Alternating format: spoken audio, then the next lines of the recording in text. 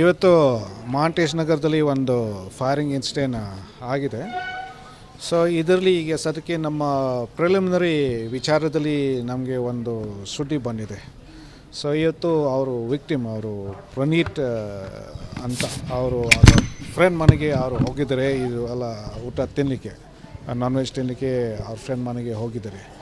So ಅಲ್ಲಿ ಅವ್ರ friend ಜೊತೆಗೆ ಇದ್ದಾಗ ಅವರು ಸ್ವಲ್ಪ ಅವರ ಲವ್ ಅಫೇರ್ ಬಗ್ಗೆ ಸ್ವಲ್ಪ ಡೀಟೇಲ್ಸ್ ಶೇರ್ ಮಾಡಿದ್ದಾರೆ. ನಾನು ಆ ಹುಡುಗಿ ಜೊತೆಗೆ ಮೊದಲಿಂದ ಪ್ರೀತಿ ಆಗಿದೆ, ಈಗ ಸ್ವಲ್ಪ ಈ ಥರ ಪ್ರಾಬ್ಲಮ್ ಬಂದಿದೆ ನಮ್ಮ ಇಬ್ಬರು ನಡುವೆ. ಆವಾಗ ಅವರ ಫ್ರೆಂಡ್ ಅವರು ಏನು ಹೇಳಿದರೆ, ಆಯಿತು ನಾನು ಎಲ್ಲ ಕರೆಕ್ಟ್ ನಾನು ಮಾಡಿಸ್ತೀನಿ ಅಂತ, ನಾನು ನಿಮ್ಮ ಗರ್ಲ್ಫ್ರೆಂಡ್ ಜೊತೆಗೆ ನಾನು ಮಾತಾಡ್ತೀನಿ ಅಂತ ಅವರ ಮೊಬೈಲ್ ನಂಬರ್ ಕೊಡಿ, ನಾನು ಮಾತಾಡ್ತೀನಿ ಅಂತ. ಸೊ ಅವರು ಫೋನ್ದಲ್ಲಿ ಮಾತಾಡ್ತಿದ್ದಾರೆ. ಮತ್ತು ಬನ್ನಿ ಇಲ್ಲಿ ಡಿಸ್ಕಸ್ ಮಾಡೋಣ ಅಂತ ಅವರು ಕರೀತಾರೆ. ಸೊ ಆಮೇಲೆ ಸ್ಟಾರ್ಟಿಂಗ್ ಅವರ ಗರ್ಲ್ಫ್ರೆಂಡ್ ಅವರು ಬಂದಿದ್ದಾರೆ.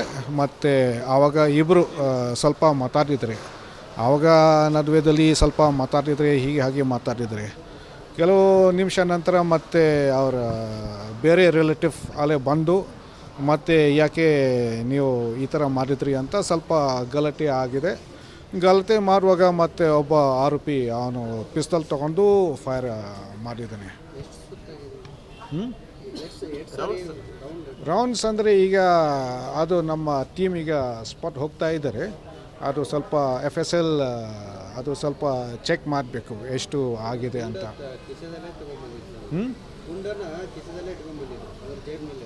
ಹೌದು ಅದು ತಂದಿದ್ದಾರೆ. ಮತ್ತು ಎಷ್ಟು ರೌಂಡ್ಸ್ ಆಗಿದೆ ಅದು ಸ್ವಲ್ಪ ಫಾರೆನ್ಸಿಕ್ ಅನಾಲಿಸಿಸ್ ಅದು ಮಾಡಬೇಕು. ಹುಡುಗಿ ವಿಚಾರ ಗಲಾಟೆ ಆಗಿದೆ.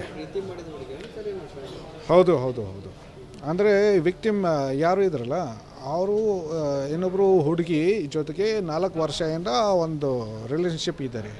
ಇವತ್ತು ಮತ್ತು ಬೇರೆ ಹುಡುಗಿ ಮನೆಗೆ ಹೋಗಿದ್ದಾರೆ ಇದು ನಾನ್ ವೆಜ್ ತಿನ್ನಲಿಕ್ಕೆ.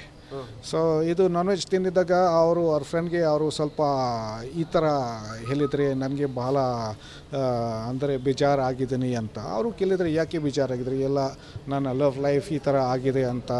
ಸೊ ಆ ವಿಷಯದಿಂದ ಇದು ಪ್ರಾಬ್ಲಮ್ ಶುರು ಆಗಿದೆ. ಮನೆಯಲ್ಲಿ ಆಗಿದೆ, ಅವರ ಫ್ರೆಂಡ್ ಮನೆಯಲ್ಲಿ ಇದು ಎಲ್ಲ ಆಗಿದೆ.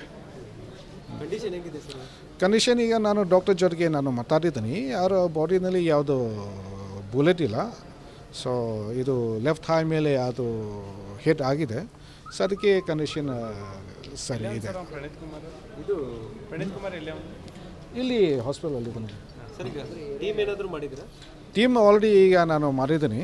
ಆಲ್ರೆಡಿ ಇಬ್ಬರು DCP ನಾನು ಕಳಿಸಿದ್ದೀನಿ ಈ ಆರೋಪಿಗಳು ಅರೆಸ್ಟ್ ಮಾಡೋಕ್ಕೆ. ಮತ್ತು ಈಗ ನಾವು ವಿಟ್ನೆಸ್ಸಿಂದ ನಾವು ಈಗ ಕೇಸ್ ತೊಗೊಳ್ತೀವಿ. ಇಲ್ಲ, ಅದು ಆರೋಪಿ ಹಿಡ್ಕೊಂಡು ನಮಗೆ ಗೊತ್ತಾಗುತ್ತೆ ಅದು ಹೇಗಿದೆ ಅಂತ. ಮತ್ತು ನಾನು ಆಫೀಸಲ್ಲಿ ಕೂಡ ಈಗ ನಾನು ಚೆಕಿಂಗ್ ಮಾಡಿಸಿದ್ದೀನಿ. ಅದು ನಮ್ಮಿಂದ ಲೈಸೆನ್ಸ್ ಇಶ್ಯೂ ಆಗಿದೆ ಅಥವಾ ಬೇರೆ ಕಡೆಯಿಂದ ಲೈಸೆನ್ಸ್ ಇಶ್ಯೂ ಆಗಿದೆ, ಅದು ಚೆಕ್ ಮಾಡ್ತಾ ಇದ್ದೀನಿ.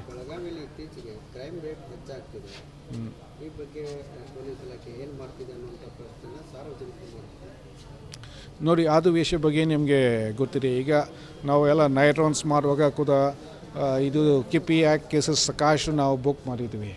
ಈಗ ಬಹುಶಃ ರಾತ್ರಿ ಯಾರ್ಯಾರು ಸುಮ್ಮನೆ ಕೆಲಸ ಇಲ್ಲದೆ ಯಾವುದೋ ಕತ್ತಲೆ ಜಾಗದಲ್ಲಿ ನಿಂತಿದ್ದಾರೆ, ಕೂತ್ಕೊಂಡಿದ್ದಾರೆ, ಇದು ಎಲ್ಲ ನಾವು ಸ್ಟೇಷನ್ಗೆ ನಾವು ಕರ್ಕೊಂಡು ಕೇಸ್ ಬುಕ್ ಮಾಡಿದ್ವಿ. ಆ್ಯಕ್ಚುಲಿ ನಮ್ಮ ಫಿಗರ್ಸ್ ಪ್ರಕಾರ ಆ ಥರ ಏನೂ ಇಲ್ಲ.